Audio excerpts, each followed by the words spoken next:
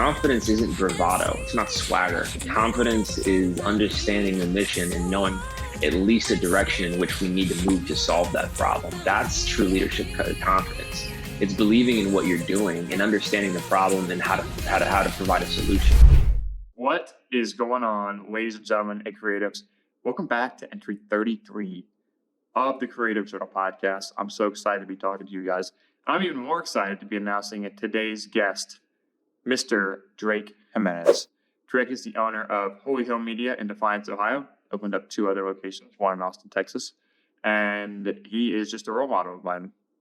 I reached out to Drake several months ago just because I had been following his content on social media, and he was local to me.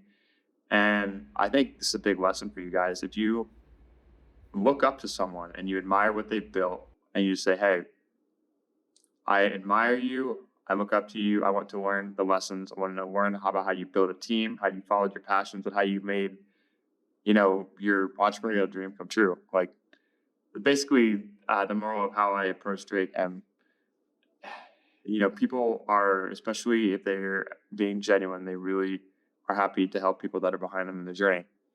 And Drake certainly helped me a lot. I didn't even this one back. It was a great experience because just getting to hear those lessons again is always one of the most fulfilling parts of being a host. And that's why I started the show, is to learn creative lessons and to be able to share them with an audience. In this episode, expect to learn Drake's story, his ethos, get a vibe for how he runs a team, his book called Hope Is Not a Strategy, and all things social media marketing. Drake has a lot of awesome stuff on the horizon, and I'm Drake fan number 1, and I'm so glad he came on the show. So if you guys are liking the show, please leave a like, a rating, or a 5-star review on whichever platform you're listening to. That does so much more than you know. 33 straight weeks of the Creative Journal. It's hard to believe, but we're gonna keep riding this thing till the brakes fall off. So and if you guys also want to see the show notes for this episode, you already know, mmgdesign.net/podcast/Drake, because that is the episode. And check out all of Drake's socials, his links to Holy Hill, and his personal social medias, so you guys can keep up to date on all the cool stuff he has going on. So without further ado, let's dive into it. Please welcome to the Creative Journal podcast. This is entry 33, Mr. Drake Jimenez.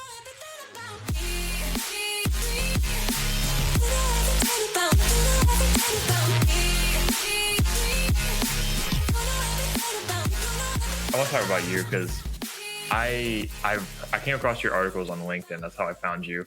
Okay. And you're a really good writer. And that's something that no matter what industry, and I've seen it in just from the people that I look up to no matter what industry, whether it's in marketing or creativity, the people that can write a long form article, and B, just articulate the thoughts that are going on in their head in an interesting way, in a succinct way, is something that I really look up to, and I'm trying to value, or trying to work more into my career.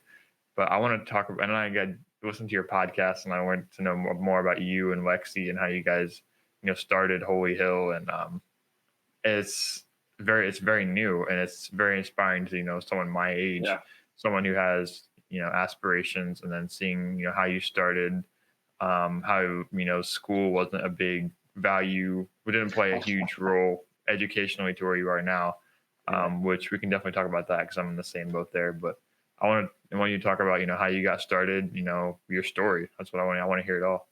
Yeah, man, absolutely. Well, I appreciate you having me on. I love doing this kind of thing, man. And just our interaction so far have been awesome, man. I really like your work, man, and following you on LinkedIn as well. So I just want to let you know that before we get started. But man, you mentioned it. Education really didn't play a huge background role in getting to where Holy Hill is at today. I am a college dropout 2 times. I initially went for psychology and sociology. And I did get my minor in autism studies, and then I went once, dropped out, went back with good intent, and then dropped out again. But it all happens for a reason, man. The psychology information did actually lend itself to the marketing career. So I won't call it a complete waste, but no degree. So yeah, man, marketing was this gray, not really well-defined understanding that I had in high school. The marketing I knew was commercials, at the Super Bowl, the ones everybody wanted to watch. And beyond that, I had no clue what it was. But in high school, they offered a class called DECA, which is this competitive marketing class that you can apply. You can apply when you're a sophomore, you get into when you're a junior in high school. And DECA is essentially just, again, you compete. You pick a specific topic within marketing and business administration, business development, stuff like that. You get to go compete. You get to compete against people, and other high school kids across the state and then eventually the country. And so, long story short, man, my high school marketing teacher, Mr. Nadler, was the only teacher that was willing to put up with my BS. I was talkative. I was never paying attention, and I had better things to do. You know what I mean? And he kind of met me where I was at, man. I guess now looking back at it, man, I really should give him a call. Super grateful for him, man, because he took the time to just meet me where I was at.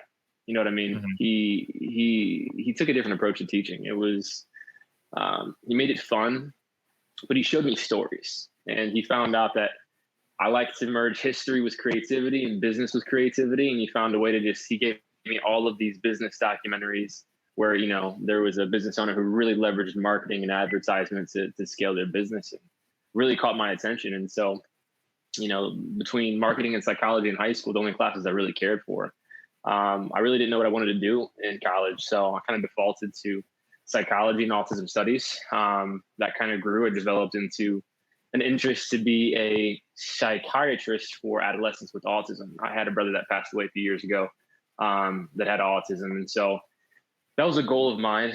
But then I realized that because I wanted to work in the school, the system around kids with autism is just, it's kind of generalized. And I realized it's not what I was looking for. And so in that process, man, I kind of lost myself. I went to a private school initially to play baseball, lots of student loans. So not knowing what I wanted to do and realizing it's not what I wanted to do, I dropped out that initial time. And it was kind of discouraging, man. But around that time, I started getting into a lot of personal branding stuff. I don't know if you remember Periscope at all. The streaming platform. So I'd go live twice a week, man, and just kind of talk about personal development stuff. I was really into a lot of like motivational speakers and like life coaches at the time. And because I was trying to find myself, and those guys speak with confidence, and it's just easy to take to them. So I was talking about a lot of what I was learning, man. And before I knew it, there was 500, 1,000, and then 2,000 people like on average on my live stream. It was crazy. No shit. Wow. Yeah. So I kept doing that for a while, connected with some awesome people, got some merchandise to design. I'm 19 this time. I don't know what I'm doing, attention. I figured, these people are alive, but what can I do with that attention? Had no idea that attention, no matter 10 years ago, 20 years ago, attention is a currency. I could have built that into a brand, but I didn't. And so it kind of filtered out once I completely dropped out of college, kind of stopped doing the live thing. Had a lot of people hitting me up. So I started, creating some personal content, here and there, just to kind of give them, I guess, what they were asking for, because it did feel like we had built a community over time. And so, man, fast forward. I don't want to take up all the time talking about the story, but fast forward to you're the star here, man. I appreciate it, brother. I appreciate it. Fast forward to 21 years old. This is a year and a half after just kind of working, making money, paying bills, and still trying to figure out what I want to do. I had gotten a few people who reached out just knowing that I was interested in marketing, and that, did the whole thing on Periscope and was creating some personal content. Reach out and just ask for some help. And so created some marketing strategies for them, did some research, I had no idea what I was doing. So did some research, figured out how to build a marketing strategy, did a little bit of consulting for them for about 3 to 6 months. It was like 2 or 3 people, one referral after the other. And then eventually had a bit of a resume. So decided to, take to learning more about it and seeing if I could make a career out of it. Around that time, I'd moved in with my girlfriend then, wife now. She moved to Nashville, and so I moved with her. And I was working at a restaurant called Dick's Last Resort. I don't know if you've heard of it. It's a restaurant where like they make fun of you. Essentially, they put hats in your head, like paper hats. They make fun of you. It's like this. I think I've seen like some YouTube stars that go there and they'll post about it like on Snapchat and stuff. Yeah. It's with the hat. Yeah, I've seen that. That sounds familiar. It's a riot, man. It's fun. Kind of took me out of my comfort zone. I would definitely attribute that to one of my abilities to actually sell, get in front of people, get in front of a camera, even beyond just the Periscope stuff. It pulled me out of my comfort zone, but it was awesome. So long story short, man, as I was building that kind of that resume for consulting and social media consulting and marketing consulting, I said, I'm going to do this. And so I cold called 100 people. And I kid you not, on the 100th person, a mix between, you know, at one point it was like I was going to go after chiropractors and doctors, and I wanted to go for the big guys, and none of them took. So literally the 100th call, I got a hold of a girl in Florida who does hair extensions and nails, and I don't obviously, know, right? Obviously, right? I mean, look at these locks, right? So, yeah, man, she let me run her socials and do her marketing, man. And I grew her page pretty well. Started out with like 600 followers, and I think 2 months ended up at like 1,800, and engagement was way up. Her online sales were way up. And so with that client, I knew I had a portfolio. And so I might have fibbed a little bit in you know, the portfolio told of clients when it was really one client, but nonetheless, man, I put in my 2 weeks, man. As soon as those 2 months were up and I saw those numbers, I put in my 2 weeks at the restaurant. And the GM was like, hey, because I was covering the morning shift at the time, we don't have anybody to cover your shift right now. We don't have anybody to replace you. Give us 3 weeks and we'll replace you. Well, our 2 weeks. So gave her the 2 weeks, rightfully so. Second to last day, she asked me to extended a week. And then on my last day, and the second to last day, again, she said, our VP of brand and marketing for the entire franchise is in town. I want you to speak with her. I know you're interested in the marketing stuff. And I said, you know, I don't have a resume. I don't really have that big of a background, but I'll do it if you want me to. So I sat down with her. Her name is Dina Gamero. She did not like me. She told me that later on, but she didn't like me that first time I met her. Hat backwards, you know, greasy, ketchup on my shirt, everything, right? And she gave me a chance though, man. She had me come back the next day, cleaned up, and she had me pitch a referral program, which is more or less, we took these cards, these half-off appetizer cards, and we gave them to all local businesses. And if they put their name on it and they handed them out, they would get a kickback of $1 if it was used. And so it was part of a marketing strategy there in the Nashville store and the rest of the locations as well. But I ended up growing that list. She gave me like 5 days. I grew the list. Like, I want to say like there was 18 people on it. I ended up with like 32 or 34 people on the list. So she knew I could sell. So she gave me a shot, and she offered me either, she offered me either San Antonio or Las Vegas. And so Las Vegas, when you're trying to find yourself, isn't the best place to go to. So I chose San Antonio. Went to San Antonio as a sales and marketing manager at 23 years old for Dick's Last Resort, that branch down there. And so I was there for a while. Just wasn't what I wanted to do, man. The restaurant industry it's very interesting, man. It's fast paced. It's ruthless. That's a good word for it. It's ruthless. A lot of ruthless individuals work there too. Great people, but this wasn't for me. And so, yeah, long story short, man, I was creating content still, putting it on Facebook, but this time it was a little bit more around ministry. It's around what I was reading in the Bible, what I was learning through church. And I had somebody reach out back home in Ohio and asked me to apply to a job at a nonprofit where I would essentially teach the youth that are either incarcerated, high-risk communities, or just in public schools, a character development curriculum. And so I told them I'd be interested in it, but I wanted to be involved in some sort of marketing. And so they found a way to allow me to do that, run the socials, get involved with running some ads, doing some SEO and stuff like that. And so I made the trip. They paid to break my lease, flew me out for the interview, moved me back, everything. It was great, man. So I was there for 2 years until I decided to start Holy Hill Media.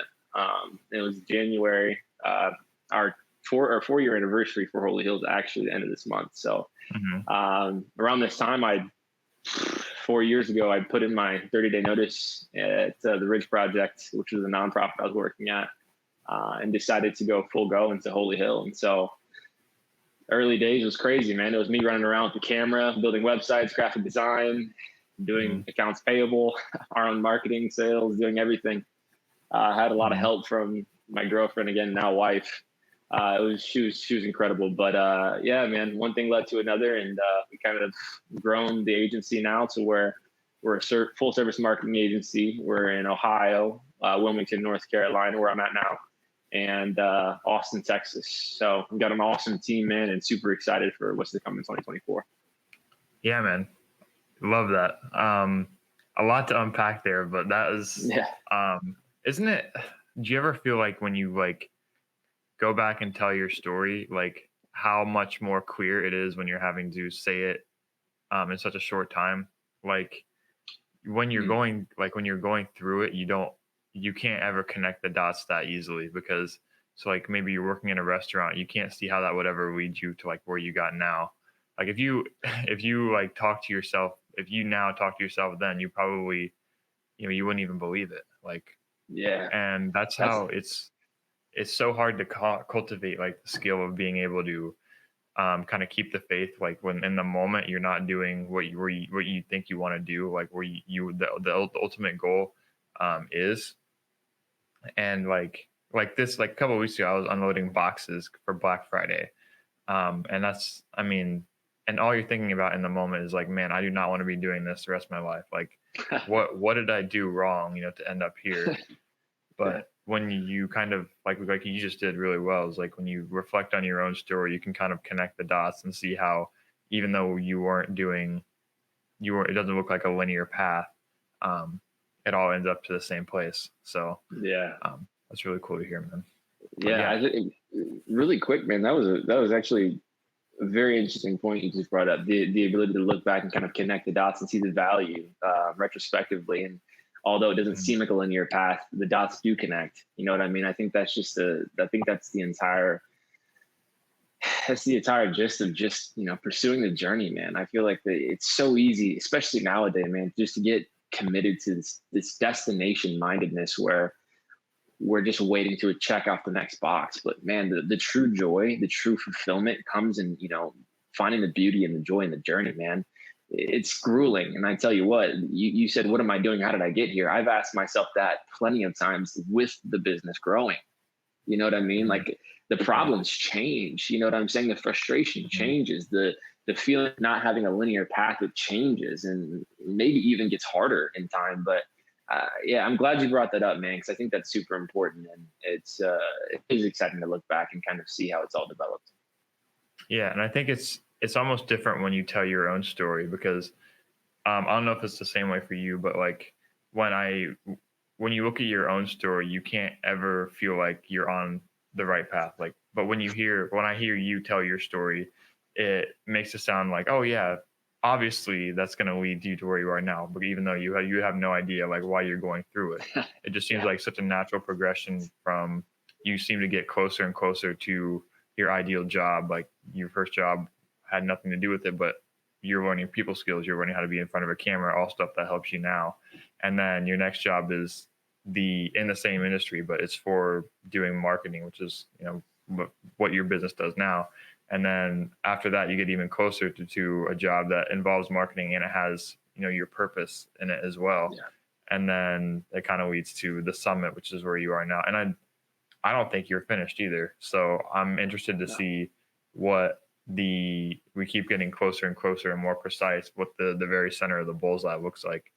What do you think that looks like for you? I mean, you've already expanded the 3 locations, which is, and you were founded in 2020. So, in 4 years, 3 locations is pretty that's pretty nuts, dude. Like, and absolute props to you, man. Like, thank you, brother. when you founded this thing and you got started, what did the vision look like, and how does that compare to, how fast it's taken off now? That's a great question. It's a lot different than what I anticipated it being. My vision then was so much more personally driven than it was for the business, Holy Hill, the brand, the team, the community we have now. It was much more just about me finding an ability to find a full-time job and doing what I love on my own accord. And that was the vision. The mission was doing so by serving small businesses well through marketing. That was simple. It was underdeveloped, but at the end of the day, I think that it's people get so hung up on starting. You just got to start. And so, as time went on, the vision did start to develop because more people are involved now. And so to fast forward to, January, what's today? 6th, 7th? 6th, 5th. The 6th, 5th, yeah. The 5th. Fast forward to January 5th. Yeah. Well, time flies, man. I guess not that fast. But yeah. Fast forward to January. All that matters. Exactly. Fast forward to January 2024, a few weeks before our 4th year anniversary, man. It's crazy to look back, but our vision's definitely changed. It went from just trying to find a full-time job that I could do what I enjoyed doing with marketing and growing businesses, to a vision really now at this point to be the dominant force in the industry. Our vision is to help small and medium-sized businesses to take their rightful place as the backbone of local economies. That vision, it shifted. It kind of evolved and matured beyond just my own personal goals to now I have a passion to be able to help these businesses take their place as the rightful backbone of local economies. They care about local economies. They care about local communities. And that's come through the process of this experience this entire time, the last 4 years. And so the vision's a lot bigger now, much more aggressive, as you pointed out, from starting in 2024 and having 3 locations. But I realized, man, there's a lot of work to be done, and it's so much more than just growing the bottom line. It is impact, it's community impact, it's a story that these business owners truly have, and the blood, sweat, and tears they put into their companies, and being able to give them the right opportunities they deserve. And so I'd say it's definitely evolved, it's definitely changed, it's definitely expanded, and so we'll see what 2024 has to play. Yeah, man, I'm excited to see, just because, like, as someone that, and I haven't been following you for long, it's just been a couple months, but after listening to all your podcasts, and then just following you on LinkedIn and stuff like that, like, you seem to have kind of built an identity around, like, kind of a roll up your sleeves, help small businesses mentality. Like, that's the impression I got from you. I mean, if that's way off, then no, you're right. But you're right. I really got the impression that we're gonna partner with you guys. We're going to do your work. We're going to get to know everything about you, and that kind of that blue collar mentality of small businesses. And how would you go about kind of like retaining that as you scale and you become not so much of a small business yourself? Because I know in my enterprise, like, I do small business graphic design, website design, just creative services. And you kind of, when you're a small business yourself, when you're doing like a sole proprietor, you can kind of relate on that level with other small businesses, like on marketing expenses, and then you can kind of relate to them on the level of a lot of stuff is expensive, and then it gets them to kind of see you as an investment, and you guys kind of work on a level playing field that way. So how do you kind of go about retaining that when you are growing so fast, and retain that that blue collar kind of small business mindset when you have multiple locations? Maintaining that same energy, that same focus and passion, it requires intentionality, because as a growing business, especially in the position of a founder, CEO, owner, whatever title you want to throw on me, there's a lot of responsibilities that grow, and it's really hard to make sure that you're staying focused on the mission. And so I would say the best way I could answer that is by consistently recommitting myself to the passion behind Holy Hill Media. It's not hard because my team is passionate about those things, and it's not hard because I'm still working with a lot of the same business owners even more directly now that I'm in a position where, I have a team behind me that can help, execute the services so I can work directly with these business owners. And so I would say the way that we've kind of kept that vision and stuck to the mission, despite the growth, is really just being aware of, one, where we started, and two, where we want to be. Because one, you look back and you remember the same feelings that you're helping other business owners through at this point in time. But the other thing is, man, it's literally built into our mission statement. The idea that we want to help these businesses become the backbone of their local economy. And so that, I'm glad you asked that, because that's actually why we rephrased our mission statement. We rephrased that to make sure that we stay aligned as we grow. We've seen some great growth in the past few years, and it's been amazing. It's been a blessing, man. But it does force a commitment to your mission, so you don't get off track. And so I would say intentionality is probably the best one-word answer I could give something like that. Yeah, that's a great answer. And I've tried to incorporate that, intentionality. I'm listening to Feel Good Productivity by Ali Abdaal right now. This is a new book that just came out.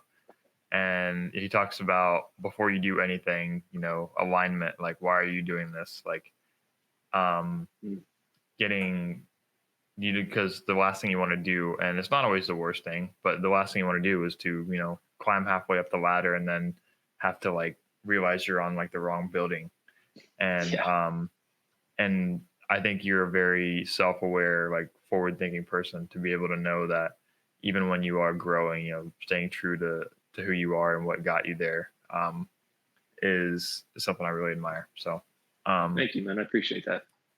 Yeah. So what I've been trying to do with these, I need to call them interviews, but like these conversations, is I kind of try and go like zoom in, zoom out, which is like what Tim Ferriss does in his, I don't do it nearly as well, but so I kind of want to, we talked about your story, and I kind of want to zoom in and talk about, what is a day in the life look like for you, like start to finish, super tactical. I know you have 3 locations now, so I'm sure it changes every day, not every day, but like often. So what does kind of like a perfect day look like for you when you get home at the end of the day? You're like, man, I did a good day's work. What does that look like for you? Yeah. Well, I see those as 2 questions: the perfect day and then the typical day, right? Right. So yeah. the perfect day I measure, actually very specifically with 3 metrics. Was I productive to a defined degree that I have spent a lot of time figuring out what productive really means. That all depends on goals. But I essentially define the perfect day between productivity, mission, and fulfillment. And those are the 3 things I check off. I have them on my whiteboard in my office. I check them off every day. My typical day, more practically speaking, zooming in, the job as a CEO is to make sure that we're protecting the vision of the company and making sure that we are aligned with the mission and executing that every single day. And so a lot of what I do from the beginning of the day, I guess, to get, down to the nitty gritty, the beginning of the day starts with essentially just emails. Lots of emails, man. I start my day with a lot of email response, making sure that the team is supported, making sure that our clients are responded to in the degree that I take care of that part. And then beyond the rest of the day, it's a mix between administrative work, making sure that, our books are looking good. I have 2 accountants that are great, help me with that. And then, moving on, going into the other stuff like building out marketing strategies. A lot of that's internal for me now that I have a team, working on our internal marketing, working on sales, prospecting, and then, developing a team. And so those are the main buckets that I build into, as well as some personal content production. But yeah, the day-to-day definitely varies, man. It can vary, heavy on administrative one day, it can vary to, team development heavy one day, sales heavy one day, and it can change from books to marketing to 2024 planning. So depends on the year, man. Depends on the part of the year, depends on, what we have on the plate, at that point in time. But, those are the main buckets that I'm working on every day to day. A lot of administrative, a lot of sales, and a lot of just protecting the vision and culture of our team as well. Nice. Yeah. That sounds pretty consistent between some of the other like creative directors and business owners I talk to is that one of the biggest consistencies I see is flexibility and not so much pinning things on a specific habit or a specific schedule or routine, but the ability to kind of adapt. And Matthew Dix is this author I read. He has this book's called Someday is Today.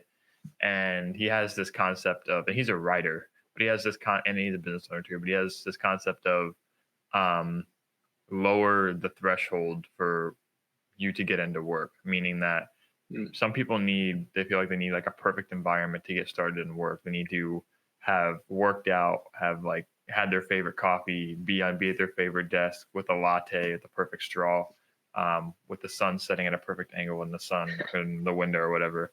But to see that people like you that can just, kind of get out of bed and then go straight to the hard thing, straight into the work. I think that's a really good thing to be able to rely on, because when you need all these things that kind of to keep you going, you just become more fragile. You rely on external things, but it sounds like what's important for sure. 100%, man. Well, to that point, I think it's interesting that I've actually been talking about this with a lot of other business owners, friends, and then just other networking groups lately. It's so interesting that all over the internet, there's content around this perfect routine, and all of these mega entrepreneurs and, their morning routine and all these young entrepreneurs are trying to emulate that. But I think that's bullshit. And sorry if you're not supposed to cuss on this, but I think it's okay. Well, it's bullshit. It really is, because at the end of the day, your job as an entrepreneur, especially early on, is to get the job done. And your perfect environment is rarely going to be in place to feel great to start your day, the perfect coffee, the perfect temperature, the perfect light. None of that, man. Listen, if that's what it takes to get you going, get out of entrepreneurship, because there's too many varying elements. They change too often. You need to be nimble.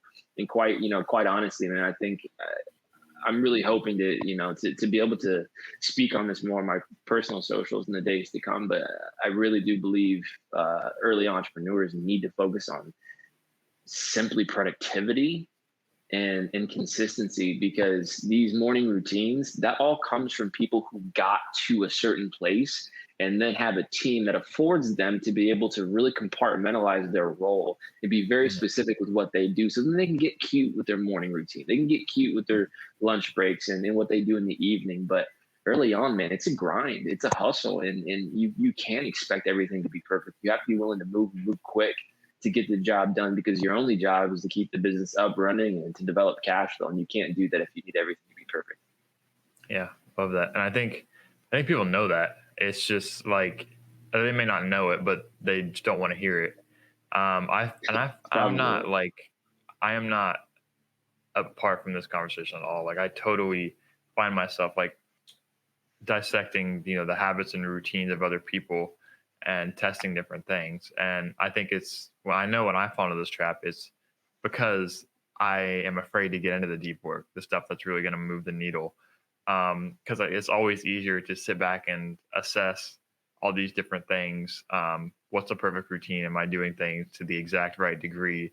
Than to actually do it. Like, and to hear just that someone that scales businesses like you do, that has a team that has other responsibilities, that is growing, that you wake up and you get to work, like, and that's something that looks different, that doesn't change, and it's good to hear that, man.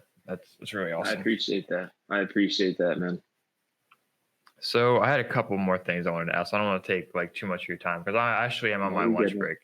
So I had a couple. I've taken a lot of notes just from our listening to your show and everything. But what are some of the biggest misconceptions about being like the leader? Maybe something that, because like I'm trying to think like from my perspective, like a lot of people that listen are like kind of younger creative entrepreneurs, people that sole proprietors, haven't really built up like a team yet. And that's not always the goal either. Like, some people just want to run a lifestyle business. What's kind of the biggest mindset shifts or misconceptions that you had about being a leader of a team, and how have you kind of stepped into that and adapted to the role of being a leader? Yeah, I would say the first thing that comes to my mind, man, is the misconceptions that I had early on, considering leadership specifically, um, was really down to the idea that you set the tone. And if you don't have a clear vision for your company, if you don't understand the kind of work culture you want to develop, if you don't understand where you want your business to be in 2 months, 6 months, a year, 5, 10 years from now, neither will they.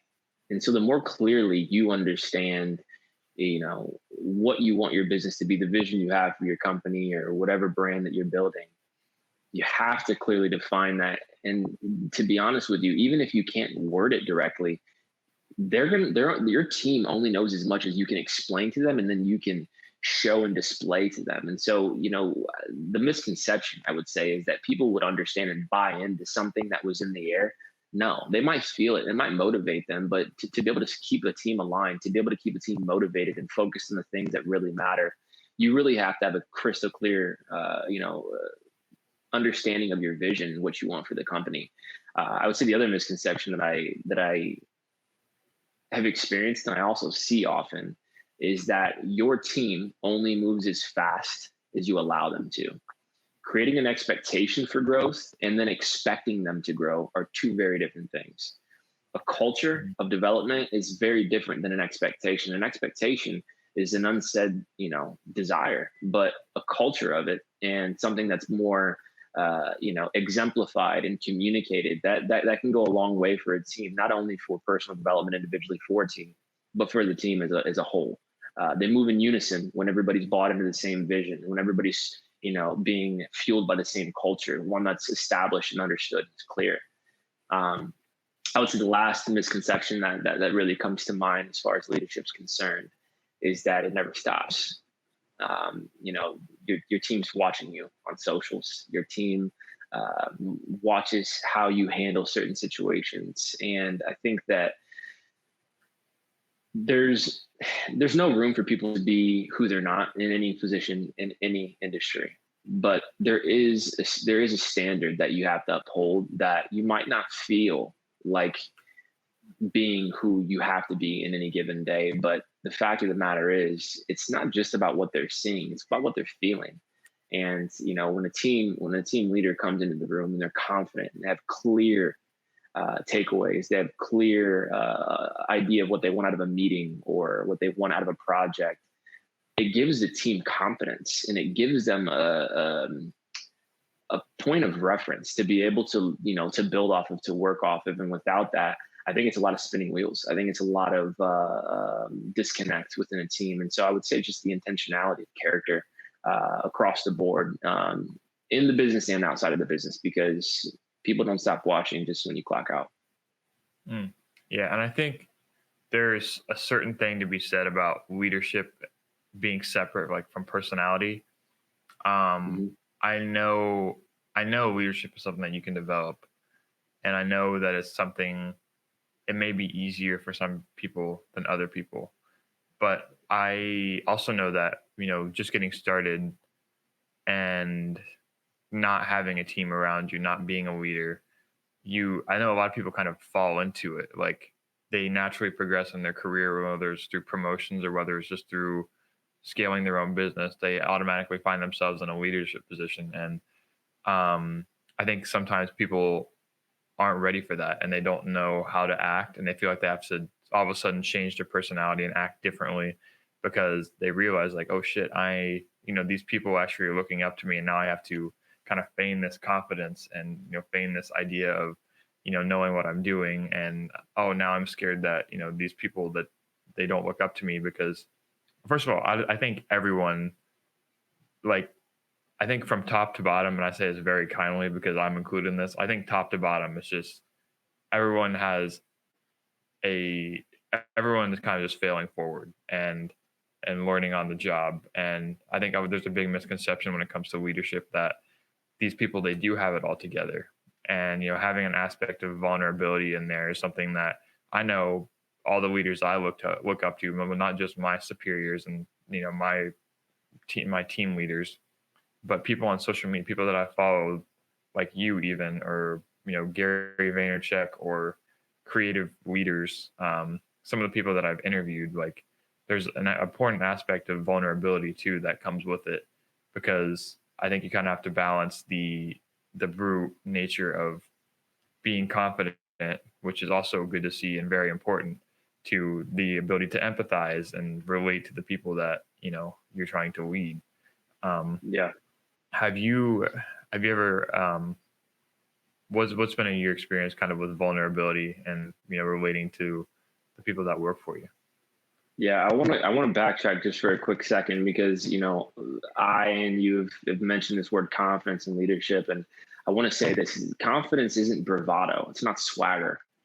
Confidence is understanding the mission and knowing at least a direction in which we need to move to solve that problem. That's true leadership confidence.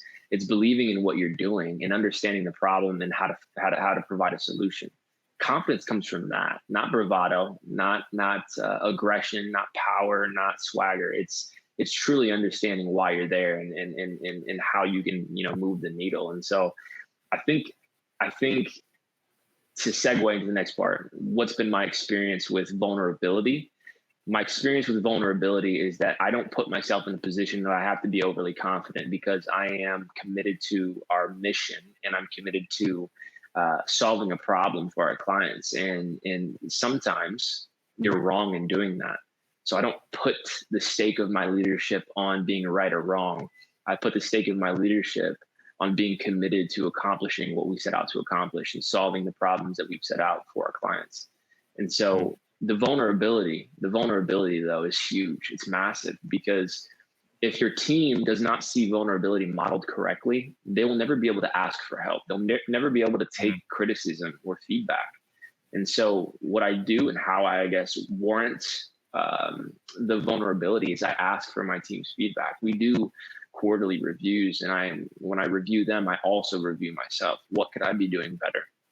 Where is a moment where you saw me, where you wish I would have done something different in leadership, or how's my communication style? I read a ton of different things to be able to understand where I'm missing the mark too. Because once you do that and you start that conversation and you welcome that feedback, vulnerability isn't necessarily vulnerability anymore. It's just transparency, and then it becomes part of the culture. And so I would say my experience is welcoming that vulnerability and letting them know that I'm not perfect, but I am committed to finding a solution and making a better work environment and a better service for our clients. And so it helps alignment. It positions us all to kind of get on the same page, to be able to, again, be open to feedback, welcome it, and even desire it, because our built into our cultural foundation is the desire to grow and evolve. And so we can't do so without feedback, even if it doesn't feel good. So I would say it's built into the culture at this point.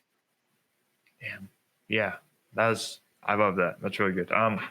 You're really good at elaborating your words, so I really look up to that as well. Thank you, man. I appreciate that. I'm trying to get better at too. And having like kind of these, and I apologize. I know I'm getting like more into, I don't want this to be like a coaching session or like no, don't apologize, brother. An interview, but it's a conversation. Yeah, I'm enjoying it. Good, man. I appreciate that. I'm glad to hear that. But something I wanted to get a little bit more tactical, so you could kind of talk about, what you guys do and kind of how you serve other people, to kind of use a platform to kind of transition to that. But how do you, and you kind of talked about it a little bit earlier with what you just talked about with accomplishing the goal, like knowing what the goal is and how you're going to get there.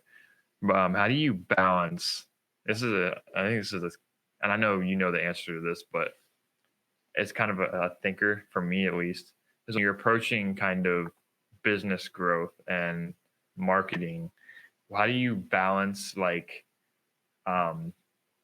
creativity versus like quantifiable metrics? So a lot of people, they like stuff that you see go viral is super creative, but at the same time, it's not high converting and it's not quantifiable. It doesn't lead to any business. How do you kind of implement aspects of both into like what you would offer or what you guys' service is? Because I think both are important. quantifiable metrics and creativity, but how do you index for one over the other? That's a great question. It's funny because you're exactly right. Something can go viral and not convert. Ultimately, the way that we go about approaching creativity and how it's really intertwines to something that's quantitative, because if you can't quantify it, you can't optimize it. And if you can't optimize it, you can't grow your results. And so what we do is we really understand why creative is important in marketing. And this is centuries old information out there that you can really do research on to really understand this. But essentially, creativity inspires. Whether that's positive or negative is up to the creative and up to the what you're trying to accomplish with that piece. However, when you know what you want to accomplish with your marketing strategy, and let's be very clear, everyone is set out to either educate, to convert into a dollar, or to inspire. Now, all three of those things work together. However, creative is in alignment with all three of those things. Now, when I put a creative piece out, for example, I'm speaking on behalf of Holy Hill Media. When we put a creative piece out, we understand what it's supposed to do. If we're trying to inspire somebody or make somebody feel something, because that's really what creative is all about. When you try to do something like that and you're communicating a visual piece, a message with a visual piece, you're trying to get them to do something. It sounds manipulative. It sounds like it's manipulative, but it's really not. At the end of the day, movies, commercials, clothing, songs, podcasting, you have a goal at the end of the day. Is it to get a sign up? Is it to get somebody to review your podcast, to be a sponsor, whatever the case might be? Creative has to align with your ideal form of conversion. So if I'm going to put creative out there, that's to inspire somebody to take action on what I want at the end of the day.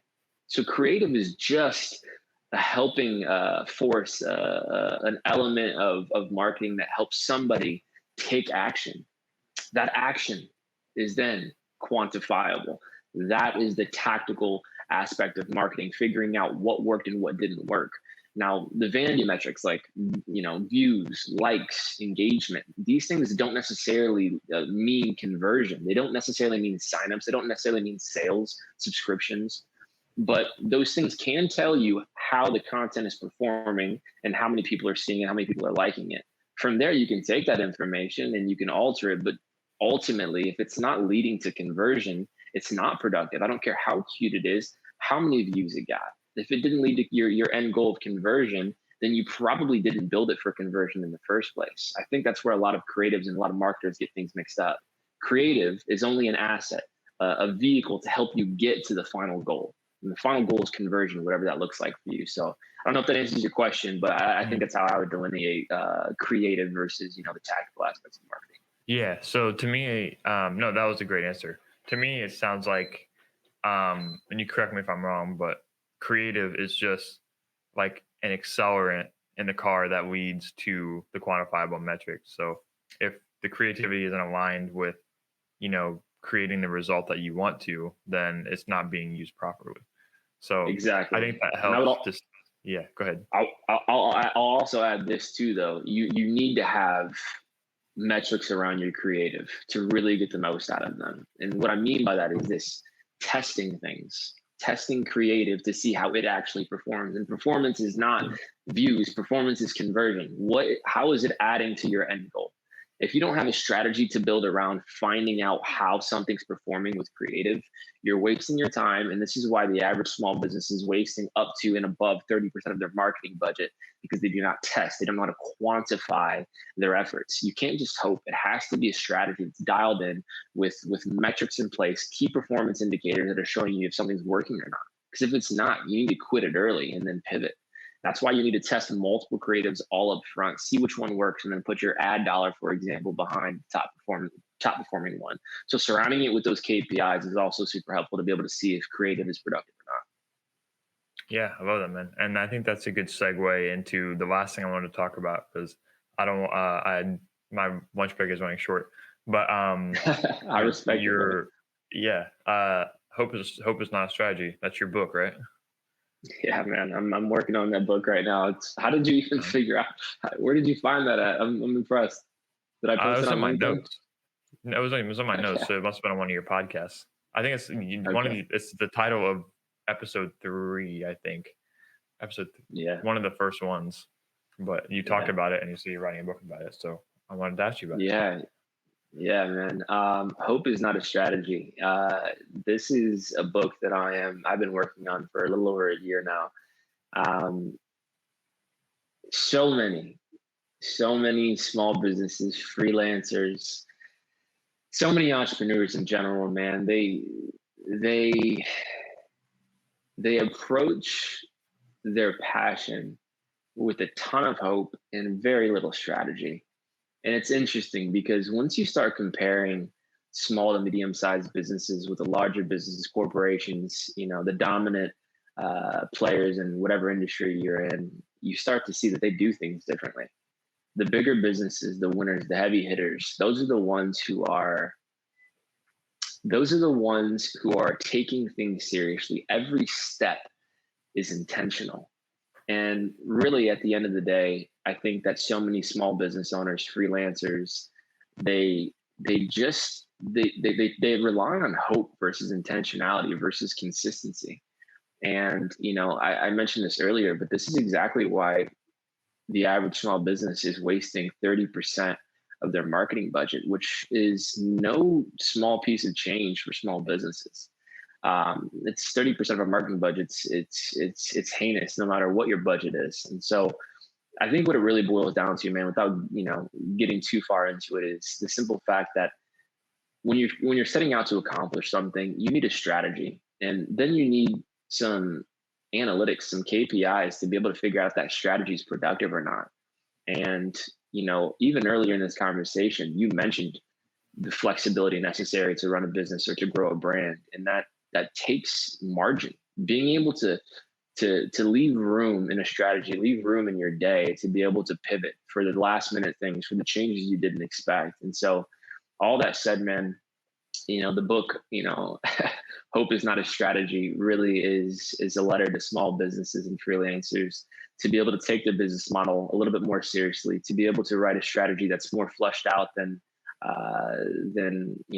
their posting schedule, just their website. It's not enough if all of your marketing assets aren't working together, if your strategy for marketing isn't aligned with your strategy for the entirety of the business. You're really just hoping for the best, and that's not going to get you anywhere. Real growth comes from intentional growth strategy and being able to be intentional with what you're trying to accomplish versus just hoping that you'll make it happen. Mm-hmm.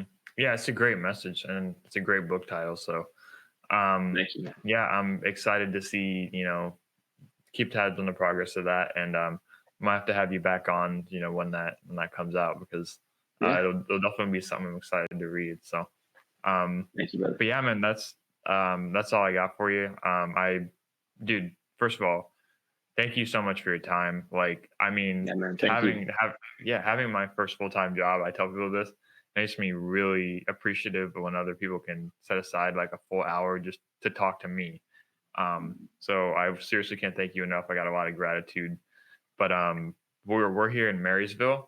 So I'll keep you updated on the status of the content and stuff, but we want to get this out in front of as many people as possible. People hear you tell your story and talk about everything you guys are doing, because I really look up to you and your business, and I want people to learn about you. So thank you, brother. Yeah, where can people go find out more about you? You're a good follow on social media, I can attest to that. So where can people find out more about you? Yeah, well, the business is holyhillmedia.com. That's our website. Our socials are holyhill.media across the board. My personal socials, obviously Drake Jimenez on Instagram, LinkedIn, and Facebook. Those are usually where I'm pretty heavy with the content. Our podcast is on Spotify and Apple Music. That podcast is the Double Click Podcast. It's all in my bio. If you follow me on Instagram or LinkedIn, you can find the podcast and website. And so, but yeah, man, I want to say thank you to you too, brother. I appreciate it. Your interest, man. I've enjoyed your content on LinkedIn as well, man. I appreciate you, having the interest to have a conversation with me, man. It's been fun. So I really appreciate you having me on and giving me the opportunity to tell my story. Yeah, I appreciate it, man.